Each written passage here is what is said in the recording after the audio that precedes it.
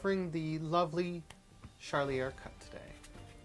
A wonderful slight, rather flourish, that has many useful purposes in Magic as it does for being able to just show off or be able to cut a card to whatever position you need to be. There's a myriad of purposes for this lovely Charlier cut, and we're going to both cover some basic uses in addition to primarily the how to do it, and then go on from there. So with that said, let's jump into it. So first, how to do the Charlier cut itself. Finger positioning tends to be important, and as well as a decent amount of hand size. It might be restricted. So first, play around to see if it works for you, and after watching the video and test a couple times, it can be a little bit hand dependent upon hand size, not so much. You might be able to find a way around it to compensate, so let's go into it first. With that said, we start by having the positioning of the thumb on the side, the long side of the deck, forefinger right here, and then third finger's right here in casual mechanics grip. To aid to the sleight, I know many do not necessarily cover it, but to starting out, to make it a little bit easier for yourself, what I've found personally is to have the pinky go to the side and have it in what is formerly known as a straddle grip, or for the case of the sleight, it'll be an elevated straddle grip, but it just prevents the cards from going out anywhere. And it allows for what I usually do in my teaching lessons. I tell people you can start off like a monkey grip. I just tell people like a monkey grip. It makes it a little bit easier to understand. So monkey grip, you don't have to worry about it flying out. From there, we use our thumb to lift the deck. So the deck is being held by these fingers, okay? And you can then start to relax the fingers right here. They're holding, that are originally monkey gripping, I guess you can call that, if that's even a thing, the deck. But then you can relax the four fingers as the thumb raises. So you got this large gap right here, as you can see right here. That is allowing us to clear, or what will be to clear the sleight. Okay, so again, fingers, it can be elevated right here. You could start here. You could even just do it with just the four fingers aside, but I like to have the elevation because you never know what may happen. So, the case is just my personal way of teaching it. So with that said, we've four fingers, we got here, relax the four fingers once we've, the thumb lifts up on the upper half of the packet, like so. And then here is the most important action. The four fingers going to curl underneath and just start, if I can show you from underneath, right here, it's going to push upwards. Well, just trying to clear the deck. Let me see if it shows from right here. Yeah, this is probably the best angle. It's going to push on the packet, up, and very carefully, and it's going to go up to here. Now from here, you're going to let the forefinger let this other packet, the one that was previously on top, slowly slide down, the same packet that was going up, and then your thumb will close the packet quite slowly. So again, here,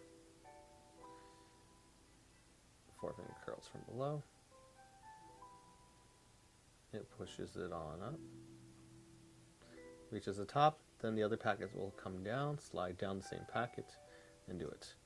You might have some trouble in the beginning, don't worry, it'll come with practice. We compensate. It's something I learned in archery.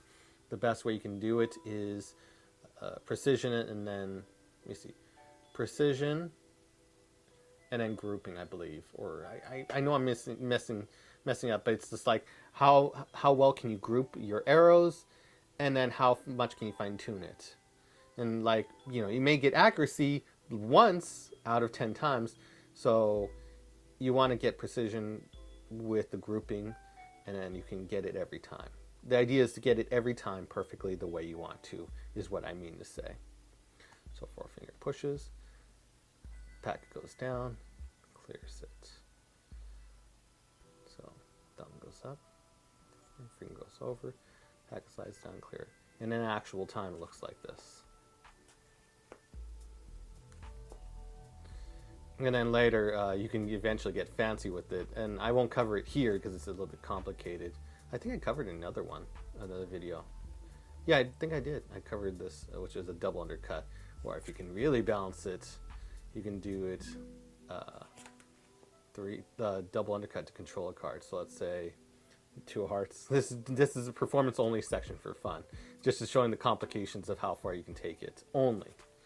Okay, so for most people, the general reaction should be, "Oh my gosh, this is cool, but I don't want to learn because it's too crazy." And then you do another double undercut, and then you retain that card 2 hearts.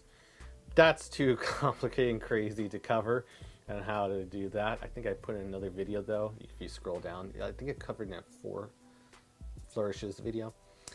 Anyway, so that is the basics of the Charlier. And some cool things, as I covered in a previous video, is you can actually use it to force a card. They say stop, they go right there, forefinger right there, and I lift up, and then I can show the card as I'm looking away. Just say, okay, memorize that. Oops, lighting. That card, close it, and then there you go.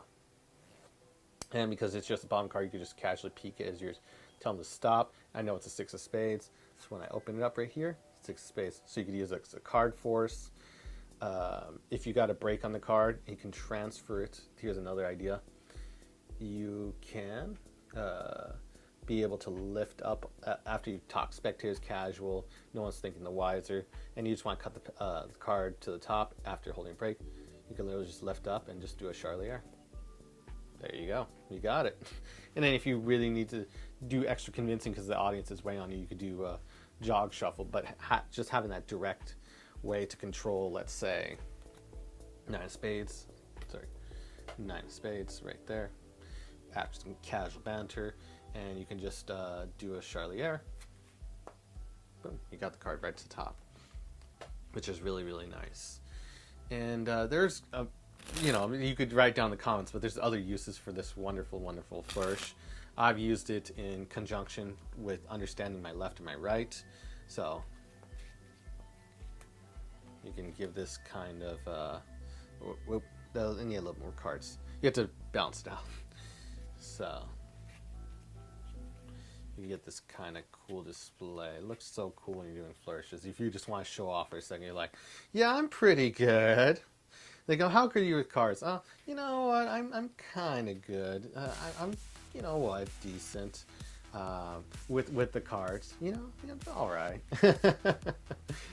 And then they go, okay, he's really good. Fastest way to get kicked out of a club in Vegas. So with that said, this is the Charlier cut. It's a wonderful, wonderful thing, and I'll say it endlessly because I've used it for so many years for a myriad of purposes. Hope I'm saying that word correctly. And it's just a wonderful thing I wanted to share with everyone here today. So, hope you enjoyed today's video. Like and subscribe, and see you in the next one.